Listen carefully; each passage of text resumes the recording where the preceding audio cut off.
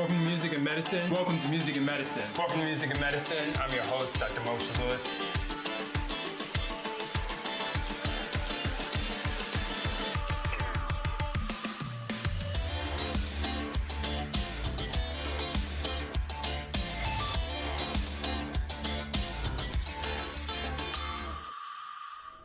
Welcome to Music and Medicine. I'm your host, Dr. Moshe Lewis. I'm excited today to be with Kanda Kay. She came in from St. Louis, a young singer who also has done some acting. So we're going to get into that. And welcome. Thank you. Thank you so for much having me. Absolutely. Yes. It's been a pleasure getting to know you. And I wanted to make sure we could share that with others.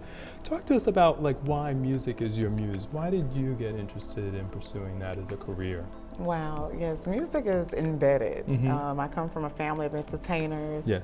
And just grew up with it in the household. I remember just watching my mom play the records, and we dance and bop in the living room. Sure. And so I had no choice, it was fulfilling, to the soul. And so once she threw me into music, into a big choir out of no choice, right, of my own, it spiraled from there. I just found a love and a passion for it. Sure. We were talking earlier about sort of really appreciating the old school. Who are some of the artists, whether old or new, that you love or listen to or like?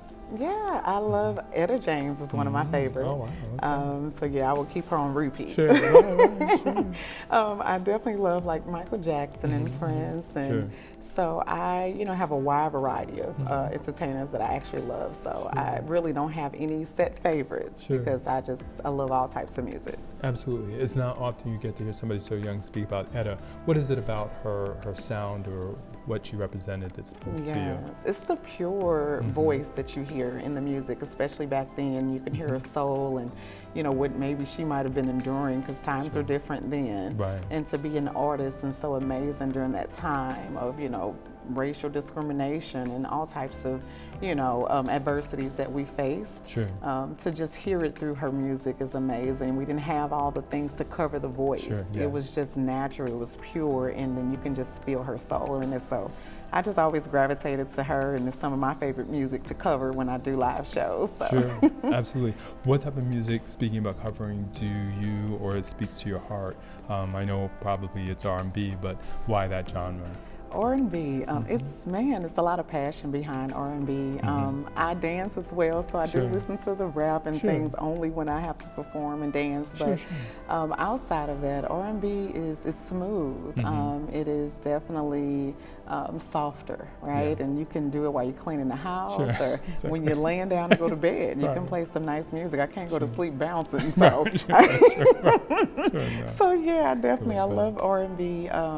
The word choices to me are always gravitating towards those particular songs and what they're speaking about, and so it's a great genre of music that I love personally. Absolutely. And you've done some acting as well. Talk to us about the work that you did with Mr. Payne. Yeah, oh my goodness. Yeah, Carl Payne, he was hilarious to work with. I was honored to have an opportunity to play his wife. It was on a movie pilot. Okay. And so I met him that day and got on set that day with him. And so literally he kind of didn't stick to any script. So I spent 3 days learning my script and thinking I was going to be right on point with him, and literally it went out the window. But it was good for me because being that was my first major role with a celebrity who's been on TV for decades, who I've watched growing up, to be able to play so close knit with him and have to bounce off of him, it really made me spike my game up kind of immediately. When it came to acting, I was used to theater, a lot of theater work, but that was my first major film work with him. And so I was honored. I learned a lot, and he poured a lot into me. He poured a lot out of me. And it was definitely a humbling experience. Sure. Tell us about sort of what that's like, because I think many times people see someone on TV and they just figure oh, they just learn those lines in a couple of minutes, or they're just reading from a prompt. What is it really like to actually get lines down and then be able to respond on cue? And in this case, basically almost have to improv because you're not exactly sure where your colleague's going. Yeah. So I, like I said, had 3 days to learn all of my lines because I actually was filling in for someone who fell ill. And so they called me like, can you act? And I was like, sure. So it was literally a rush situation, but there are no teleprompters. There's nothing you can do outside of memorizing as much as you can, having cues to when your time is to come back in based off of, your co-actors' parts. But as I stated, Carl did not, he didn't help me in that category at all. But it made it even better. I think it naturally happened between the both of us. When he raised his voice, I raised mine. So we were arguing and, on skit. It was a lot of added to it that was not in script. And so it just made it a better experience. It's definitely, you can take over and over and over again, and it gets better and better every time. But I would say, learning your lines is great, but I've learned that is not always going to be, what you end up falling back on. It's more so the interaction with your co-partner. Absolutely. No, and it's a good point. As we've spoken now, some actors have told us that that day they're changing the script and or rewriting or things of that nature. After you've already come and prepped, so to speak, and you're with what little breaks you can trying to, and then sometimes changing it, literally down to the hour. So a lot of pressure. What are some of the experiences you've had along your journey that you really sort of look back on with fondness? Well, I mean, oh my goodness. I had an opportunity when I was 21 to work with a lot of industry individuals who poured into me as well. I had a record deal back then with a group. I actually was found and put in the group because I danced as well. So every experience, for me has been rewarding, has been fun, have been, a learning experience for me. Everyone I've met, everyone that I've had an opportunity to sit and talk to, everyone ahead of me in the industry I found to be inspiring. I'm a forever student, forever learning. I love that. And so for me, I can't pinpoint just exact moments because I've met some amazing people. I had a chance to sit in the studio with Static Major to work right hand with him, to be poured into by him during engineering, which I'm like, that is not, I'm supposed to be singing, but I'm like, how do you do this? So having those experiences, got opportunities to sit down with Barry Hankerson and perform for him, and just, those journeys have been amazing. Even now, working with, Cora Anthony Payne, have an opportunity through my music today to work with some amazing producers who have been out here 3-time Grammy nominated. And so I have no specific moment.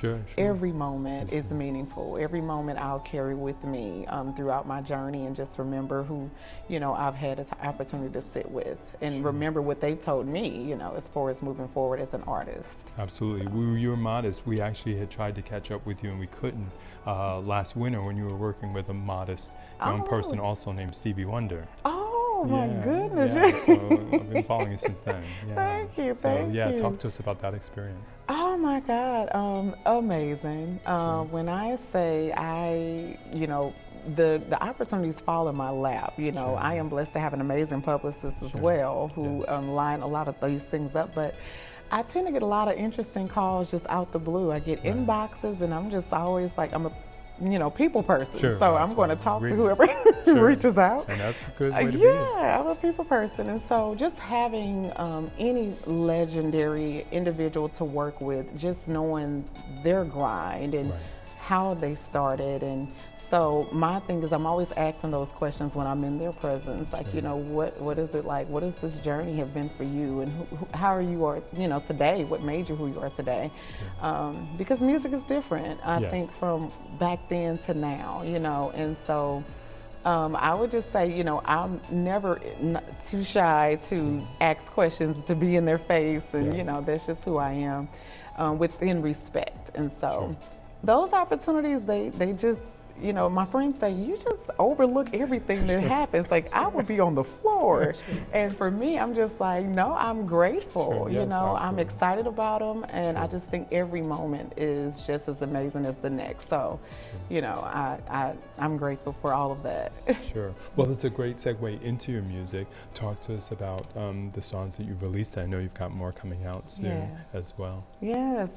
So I released my first single, which was Too Soon. Yes. That was amazing. I do all of 90s music on back, so it'll continue to go backwards. I got some Motown feel that's coming out as well. Okay. And then I released It's You in June, and then now I'm going to be releasing Slow It Down, and it's featuring Petey Wistro. He's a rapper from St. Louis, but he's coming out as well with some things with some celebrity artists on his music. So it's been a great journey. I have a lot of great feedback because the era that it is in, it's kind of reminding people of you know, why music is important, why it feels good, and you know, so it's been fun. I would say that. Absolutely. Give us a setup for Too Soon and what we might get to interpret through your eyes, through your ears. Oh man, for Too Soon. So that one, man, I immediately hearing the music, I was like, okay, I wanted to always just focus on something that made me feel good, and so I can be my authentic self through what I deliver to the world.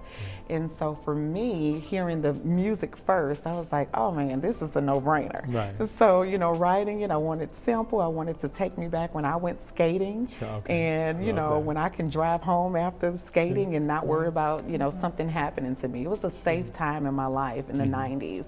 And so for me, I was just like, yeah, let me create something in that era. And when I did it, you know, talked about a guy at a skating rink and him trying to talk to me, and I'm like, hey, that's too soon to give it up. We're gonna talk. I like you. We can kick it.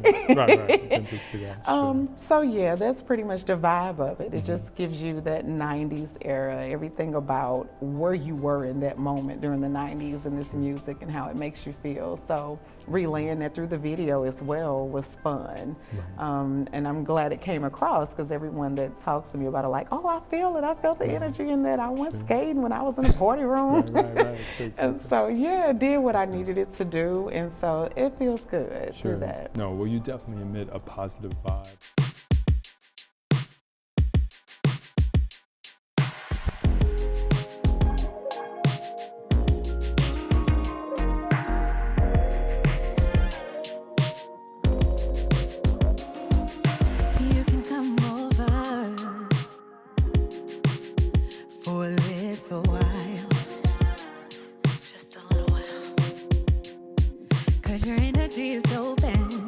One of the things that's interesting is, even though you're very young, what advice might you give, given the experiences you've already had, to somebody who's sort of just getting into music? Maybe it's just the first thing that they've done. They haven't had as many projects as you have.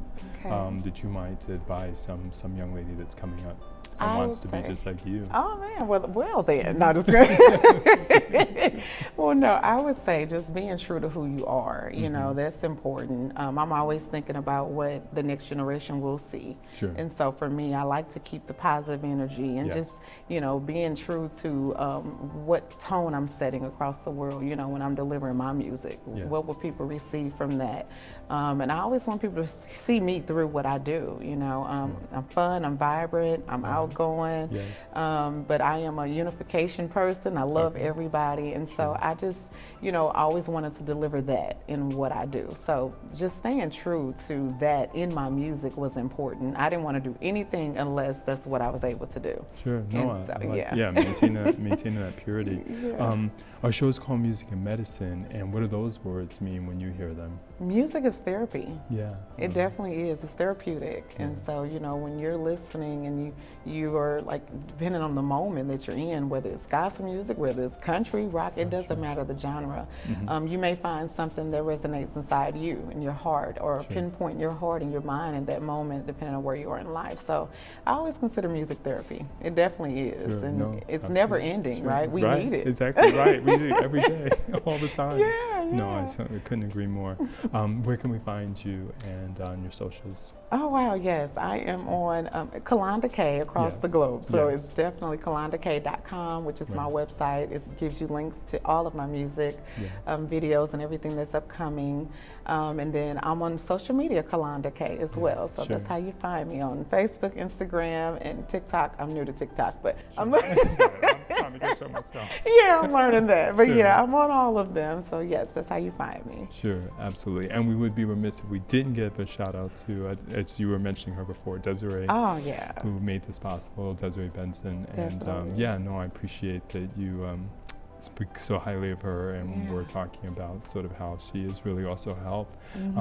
What can be the benefits of a great publicist? Wow, yes. They can put you in the places that you need to be, honestly. You know, she is definitely not just a publicist for me. She's actually a mentor throughout this journey, because she's like, Kolonda, why are you still in St. Louis? You know, she gets on me and she's like, you're beyond that. You need to move, and, you know, but I'm going to bring you where you need to be. And that's what's important, you know, that she is a good person first. And then secondly, that she can put me in places where I need to meet people or have opportunities to expand, or, you know, get my music more out there and get who I am out there. And so that's important, you know, because you can't do it on your own most of the time. Yeah, you have to know somebody. Right, exactly. And the personalities are similar. She's very bubbly, outgoing, she's not shy. She'll introduce herself, and that's so important. But no, it meant a lot to us that you'd be willing to come so far just to meet our humble production and things like that. So we wanted to make the day a little bit more special. So thanks so much for coming, making our day special. No, thank you. I'm honored, and I appreciate you creating a platform for us to say who we are, basically. So without you, we wouldn't be able to do this. So absolutely, yes. And that's what we see as our mission, because we think that it's important. While it's great to talk to legends and people who've done some amazing things, you never know where people will go. And it's really great to encourage people who are coming up and who are already making their mark as you are, and then, as you implied, to reach back and pull others up as well. So, we appreciate you joining us. Thank you. Thanks so much. Thank you so much. Pleasure. Welcome to Music and Medicine. Welcome to Music and Medicine. Welcome to Music and Medicine. I'm your host, Dr. Moshe Lewis.